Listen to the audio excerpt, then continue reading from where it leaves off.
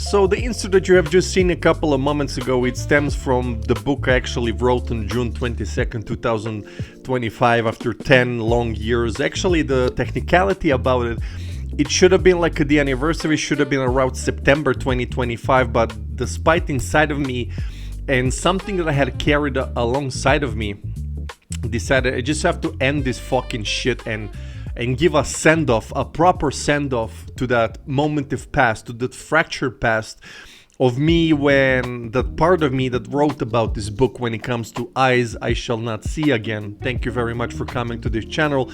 Blade Runner 2147, Mr. Heller, Mr. Cat, Partisan Albert is the champion, and long live Chelsea as well. So when I started writing this book, something amazing happened, so that I still can remember to this day which day it was, in September 2014. And I was in this lecture room and the professor was talking about the modern or contemplative English, 8 or something like that, if I'm not mistaken. And I was sitting in the back of the classroom, and as the high school habit of sitting back, having the best view, and not of the professor's great ass, but I mean like in general. And something happened and something clicked on that day. Now, as I mentioned just a couple of seconds ago, I can't remember which day in September it was, but it was like a lecture. And I started, something came over me and something hypnotized me, and I just started to write down the chapter of this book that actually didn't even make it in the final draft. It's because when I was going or revisiting this book of Eyes I Shall Not See Again, the first in the number of trilogy that's going to come up, I'm currently working on my second book called Children of the South, later to follow up with Feast of the Wolves. Now anyway, as I was making this book, and I was just thinking about the best ways I want to summarize the South, where I'm from the hometown of Ren, the city after Han or Nish. Ugh, terrible, fuck Nish. Anyway, and something inside of me just started to hypnotize me in that classroom, and I started to write down, and I started to ignore everything that professor was saying and the acquaintances outside, all the NPC characters around me. And I started to write down, and the things I wrote kind of made sense at the time, because usually when you're an up-and-coming writer back then, when you were like green as the May grass or green as the grass in general, and I started to, like 10 plus years later, when I was revisiting and trying to fix every fucking thing in my book, starting from Eyes I Shall Not See Again, Children of the South, Feast of the Wolves, the trilogy I'm actually working on just to finish it and start to one of my favorite themes, to the topic of this channel, Blade Runner 2147, move on and do something else, because I have a shit ton of ideas I want to do in my books. Now, if there are going to be profanities, there's going to be profanities, but I'll give you one criticism that actually kind of took me off guard and kind of made me wonder to whom I regret sending it. Not regret in a bad way, but kind of, man, I expected like a better answer from this individual. Now, the funny thing about this book, I sent to a, let's call it XY person. I'm not gonna make names because that's not my thing. Now, XY, I mean, I would have done it like 10 plus years ago. I would have said the entire name, but not because of the courtesy and the respect I have for this person, so I'm just gonna call it XY. Now I said it to the XY and expecting like a semi-positive feedback, to where be like, yeah, bro, Heller, it's really good, you have to fix this, and blah blah. But the review and the feedback, the reply I've gotten on my email was, everything is good, man, the scenes are, everything is great, but the sex scenes, too much exaggeration, not my cup of tea, a lot of fucking, and not my cup of tea. So when I was going back through that flashback and just being in the zone of, it was also a weekend. I think it was Saturday as well, either Friday or Saturday, can't remember. Let's say Saturday around, doesn't matter, early in the day. So I was alone, and I read the email a couple of times because I was trying to find either that was wrote lazily or that XY person kind of didn't pay attention, because if the fucking was very explicit for you, you've kind of ignored all the things I actually wrote, the people, the way they speak to each other, which is like I'm kind of expecting the backlash when it comes to conversations between the characters in the way they speak. Now you're probably gonna say, no, I'm not gonna be like Jewish Tarantino. I'm not gonna go to that, style because I'm not from there. And I consider myself like a writer. I can say whatever the fuck I want because that's the purpose of the freedom of speech. But not in that way. Not in that dimension, the way ideology or fucking shit like that. No, my G. So it kind of went where I kind of thinking where I was expecting the criticism or the constructive criticisms, which I always prefer to do to people, is kind of to be like, yeah, man, but the conversation between the people, I kind of don't believe. I mean, XY could have said, the conversation wasn't that real, or at least the dialogue is, like in between up and down. It's terrible, it fucking sucks ass, it's amazing, kudos, or whatever the fuck. Now, the emphasis was on fucking. Now, why was that the key triggered factor for XY? I have no fucking idea, but I was kind of expecting more for this book, where it kind of is going to, because with the girl I actually sent to last year, and she knows, and she gave me a feedback, and she posted me on Instagram, so thank you, Tiana. And she kind of, even with her intellect, with her amazing like potential and the way she reads people, and she's like a book nerd, and even she missed, like she was right about 85 roughly just on the couple of reads, but she missed like 15 to 20% of the iceberg that was underneath. So in order to wrap up the hometown and where I'm from, so you really need to understand, you have to live here for you to understand how they think, what's the perception, and what's the entire mentality. Because when you get that, the book of Eyes I Shall Not See Again is going to be like a much easier for you. It contains 40 chapters. So as I wrote in the thumbnail, identity versus legacy. So in it, it talks about a lot of people. So it's not just like a one character in general in which, he basses. So it's about growing up. I mean, yeah, growing up in this hometown, but becoming other people as well. So I always like to, when it comes to writing characters themselves, I always like to make them like from the point A where they're starting some opening chapter to by the time it's already chapter 37, 38, 39 or 25, whatever the fuck. But the point is they're not the same person anymore. So that's sometimes in this new literature they kind of don't make those type of changes. So I actually wanted to make a breath of fresh air. So I kind of wanted to go, what if he is like a guy with the anxiety, but at the end of the book he becomes XYZ, etc. So it's not the point. So in Eyes I Shall Not See Again, identity is something that revolves around your hometown. So I'm currently talking to you as you're watching this YouTube video. It doesn't have to be my hometown, it can be your hometown. And the way you spoke with people in the past 10, 15 years to summarize, and when you put it in a nutshell, when you summarize their identity, mentality, and their legacy. When you're currently now in the gym or eating or going somewhere or in a coffee shop, if you're at house or restaurant, and you're kind of reminiscing yourself, I'm gonna ask you as I'm currently talking to you, when it comes to your characters from your hometown, and a lot of people you had forgotten them because they didn't have any like a substance or to be remembered about in the first place.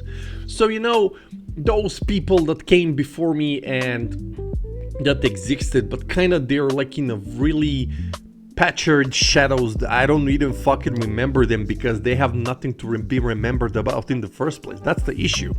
Now, if somebody would ask me which people from the past do you remember, I kind of remember them post-university.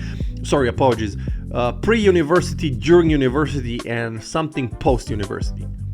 Before that, so I really don't have that much special characters who actually made me remember them and kind of go, yeah, they were awesome. Very few, like a palm of my hand, in the fingers of my hand, whatever the fuck.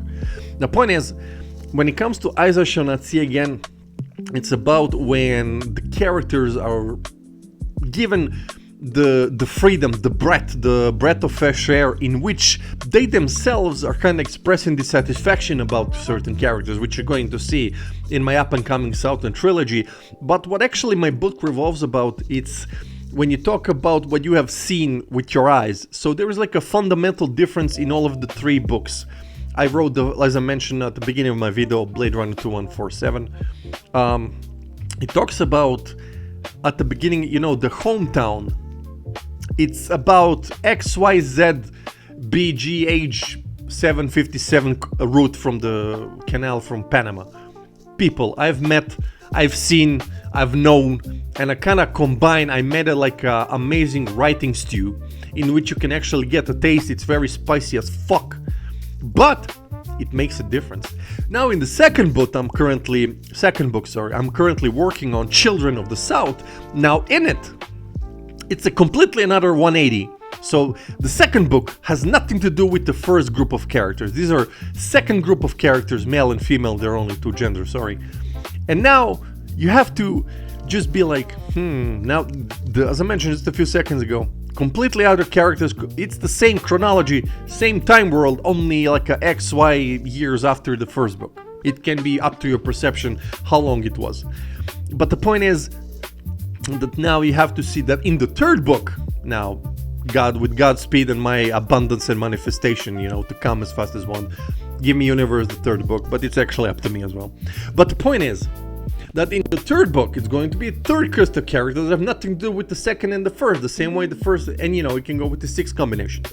But the point is that all those books are kind of like a remembrance of the past, present, and future. So in it, you can skedaddle your ass up and down, left and right, but it kind of leaves a mark, leaves a trace, because the writer is always the voice of the generation, not my generation, any generation that's currently working in the world. I'm not talking about boomers and those Gen X, yeah, but fuck them. I'm talking about the new era, new people, new things. So they are the witnesses of this 21st century shenanigan bullshit. And I'm dedicating these books to the current offspring and the future offspring, long after I'm gone and you watch this video. So I'm living that in my legacy. So my legacy is to be, and this is arrogantly as you want, and you can dispute all you want, but I don't care to participate in the discussion. I want to be remembered as the greatest writer of the 21st century. Period. Who's gonna be the 22nd? I don't give a fuck. But this century is mine, all alone. And currently there are no people besides me. Only I will remain. But the point is I'm trying to make with this statement. Now, if my role model claims he's the best in the world from Chicago, you can get the picture. And I'm taking the inspiration. Now, if Roman Reigns really sucks ass in him giving some lame-ass promos from the 5th century of BC and him telling he is old, may I remind the tribal douchebag or the scumbag of Roman Reigns, Mr. Reigns, you're kind of turning 41 on May 25th this year. So next year you'll be 42. A lot of people can call you old as well. You can be Grandpa Joe for all I give a fuck about you. Now you're probably going to hide behind those veneers and the beautiful smile and the tears and cheers and the shenanigans and all the things. I know what you've been through, but I'm not going to mention it for this time. But it's about, when you're holding a promo, when you're holding a microphone and you have the attention of the people who are listening to every syllable I'm saying throughout this microphone. But the best thing fucking about it is that I can say whatever the fuck you want. Now, Roman Reigns fans is gonna complain that he's being prevented from mentioning XY things about CM Punk, and the comments I've seen online about what Roman should say to CM Punk, even if he does say it, about, a lot of things about CM Punk's private life that we are aware of, does really gonna make a difference for Joe? Sleepy Joe as well. Because CM Punk mentioned to him he's gonna carry his Roman fat Samoan ass, retarded ass, all over to WrestleMania. Because he's not interested, and Roman keeps reiterating to Punk very fucking ironically. This guy is like, you keep saying the same thing, I'm not interested, fuck you, Phil. And by the way, Joe, mentioning people's government names, I have to tell you, in 21st century, it doesn't matter if you're millennial, Gen Z, Gen X, Gen Y, Gen B, Gen Z, Generation X and Boomer and chronological all the way to Jesus Christ, it really doesn't make like a fucking difference how do you address them. I know you're trying to be condescending dipshit, I'm fucking aware of it. That you understand you saying his government name to the fans themselves, I'm talking about the fans themselves gonna be like, that's it? You really feel old and that's it? You're just gonna spew those two same arguments over and over and over and over until 3 weeks later. I think he's going to beat you at WrestleMania. Depends on the game in the middle of the ring. He's gonna waste 20 minutes saying absolutely nothing. Now the point is, now I'm sorry for this digression, so every time I think of Joe, I kind of go into this verbal tangent and have to drag his Samoan fucking ass down. But the point is, the difference between is, if I make a comparison with Joe, Sleepy Joe, Samoa Sleepy Joe, one of the greats. I'm not talking about Samoa Joe, Mr. Sanoa. Now I'm talking about Roman Reigns. Now, the problem with him is that he is like some other writers as well in this 21st century. They keep saying every single... It's like the missionary comment from Roman Reigns to the guy. And you kind of go, well, Roman, I know you said that like 5 years ago, more or less. I think it was 5 years ago. But now you're the missionary pose every single fucking time. It's about it. Now it's all about him or it's about you. Acknowledge me. Dude, if they can give me that amount of money to say acknowledge me to every 50 states in the United States of barren oil Morica, I would have been fucking rich by now. Now the difference is I'm trying in my books not to be like him, like Roman scumbag Reigns. Island of relevancy, dude, your island of relevance is kind of getting thin and stale, bro. You have to change the game, a little bit.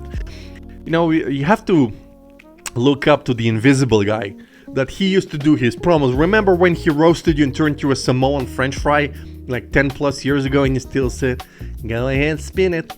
Well, you were given like opportunity to roast him, but you kind of didn't. And now you had some restraints from the grandpa, old dinosaur Vince. I fucking get it.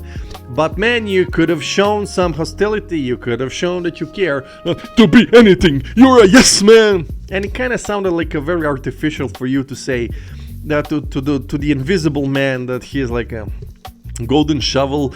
If you really wanted to embarrass Cine, you could have mentioned XYZ times like a bologna friggin' mustard fancy pants email from 2010, but him using the golden shovel and kind of going into a tangent. Apologies once again, but I'm trying to make a comparison. Is this, I don't want my books to be like Roman Reigns. I want my books to be the best in the fucking world. A CM Punk being about straight edge. Follow Christ because Christ is Lord, and straight edge means I'm better than you. You have to become straight edge and disrupt the system, man. It's the greatest, best experience. It's not just for me from the philosophical standpoint, blah blah. Try it, my broski. You're gonna fucking love it. Because the faces on the people when you tell them you don't drink and you kind of stop doing that shit. Cinematic. So, ladies and gentlemen, thank you for coming to this S4E2 episode. As I mentioned, Blade Runner 2147, and welcome. I hope you're enjoying the other seasons as well. My name is Mr. Heller, Mr. Cat. Thank you once again, and I will be talking about Jose Mourinho very soon, and other upcoming fresh and topics will be coming to you, and you're going to have a blast. And by the way, Roman, before I finish my video, and you might find me online on YouTube, but I have to mention this as a guy who has no script and doesn't follow script, doesn't give a flying ass fuck about the script. You gotta make better lines, Joe. Make them better, Joe. You know what I'm saying? Because you kind of sound like if you're just gonna keep mentioning Joe and Phil and government name and old, the Invisible Man was corny a lot in his days, in the PG era, like a very heavy cringe lines written by Grandpa Vince the dinosaur and the creative writers who were retarded at the time. But still, Joe, you have to really make the fucking difference. It's not just about saying, really Phil, your old government name.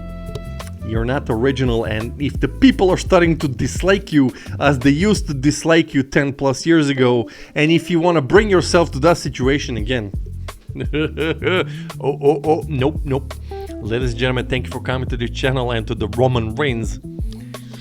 When it comes to the promos themselves, Mr. Island of Relevancy, Mr. Samoan Potato, you suck ass. CM Punk is the best in the world. Hey Roman, go fuck yourself.